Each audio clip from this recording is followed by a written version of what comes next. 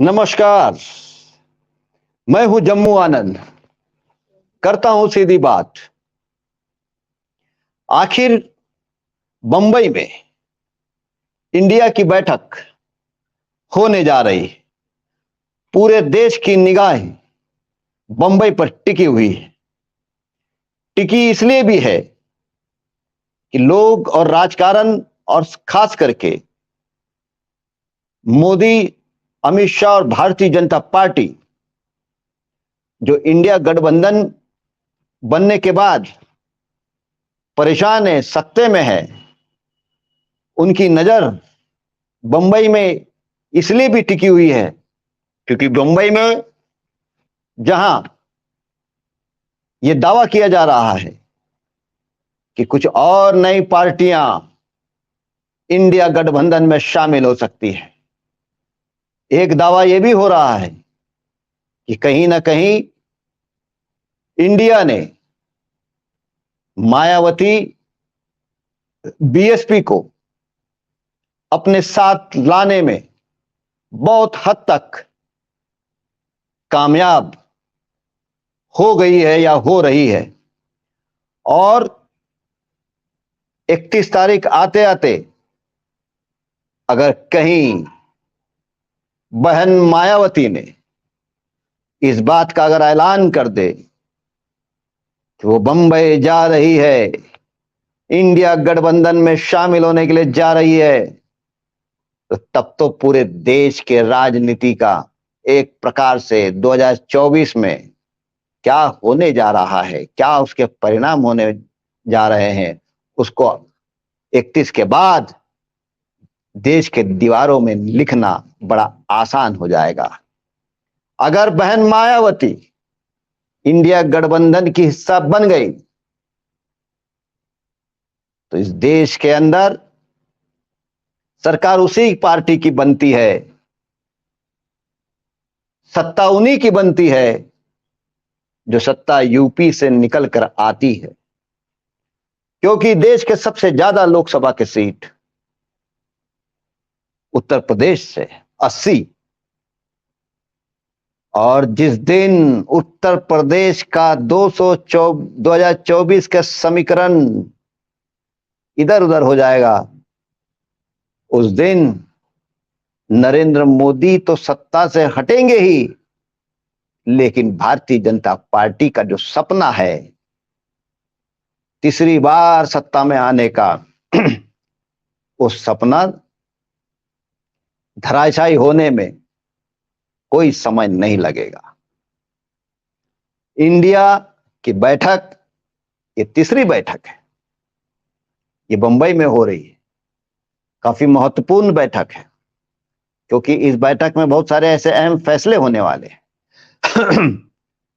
मुंबई की बैठक इसलिए भी महत्वपूर्ण है कि इंडिया के जो दो घटक दल है, शिवसेना और राष्ट्रवादी कांग्रेस पार्टी, ये दोनों पार्टी को भारतीय जनता पार्टी ने तोड़ा है। इंडिया की बैठक मुंबई में उस वक्त हो रही है जब महाराष्ट्र में 2 शिवसेना और 2 एनसीपी के धड़े हैं। और इसलिए हम ये भी देख रहे हैं, खास करके एनसीपी से बागी हुए जो 9 आमदार हैं, जिन्होंने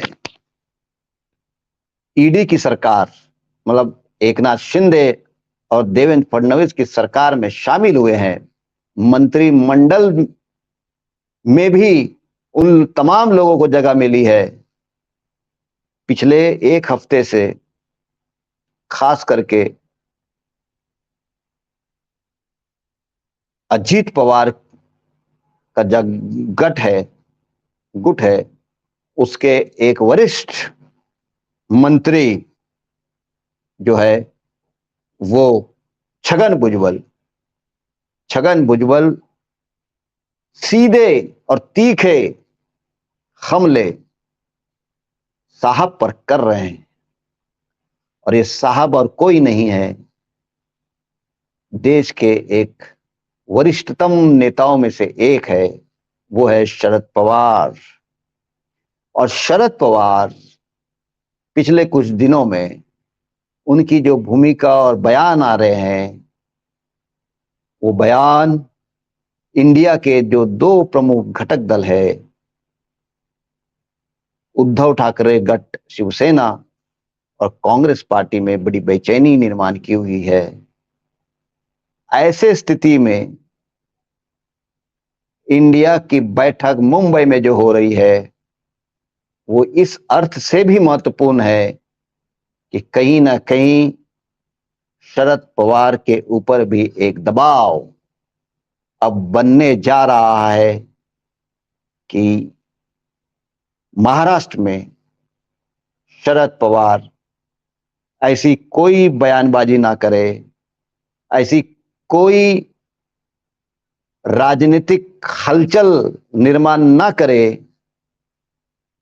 जो लोग एनसीपी को तोड़ के गए हैं, उनके साथ किसी प्रकार की रिश्ते की बातचीत की बातें ना करे, जिससे कि इंडिया के घटक दलों में संभ्रम निर्माण हो।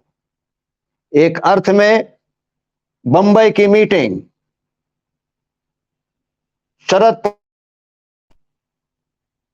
एक प्रकार से चेतावनी वाली मीटिंग भी सिद्ध होने वाली है, और इसलिए शरद पवार के सामने यह सवाल है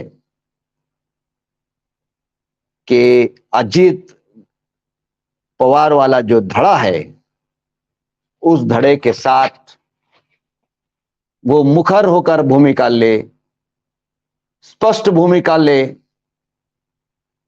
और शरद पवार इस बात को बखूबी जानते हैं कि जब 27 दल और जो आज की जानकारियां जो आ रही है, करीब और 8 से 10 दल इस इंडिया गठबंधन में शामिल हो सकते हैं। और जब महाराष्ट्र में इंडिया गठबंधन के 30 के ऊपर पार्टियां, राजनीतिक दल इकट्ठा हो रहे हैं, उनके नेता, तो निश्चित तौर पर इंडिया की बैठक शरद पवार के ऊपर एक नैतिक दबाव बनेगा, और शरद पवार को भी अपनी गुगली वाली जो हरकत है, इस हरकत से भी बाज आना पड़ेगा। देखते हैं क्या मुंबई की बैठक इंडिया को और नई ऊर्जा और ताकत देती है, नए दल और क्या शामिल होते हैं। क्या बहन मायावती 31 तारीख आने तक अपना रुख को स्पष्ट कर देती है। आज के लिए बस इतना ही। कल फिर किसी और नए मुद्दे के साथ मिलेंगे। तब तक के लिए धन्यवाद।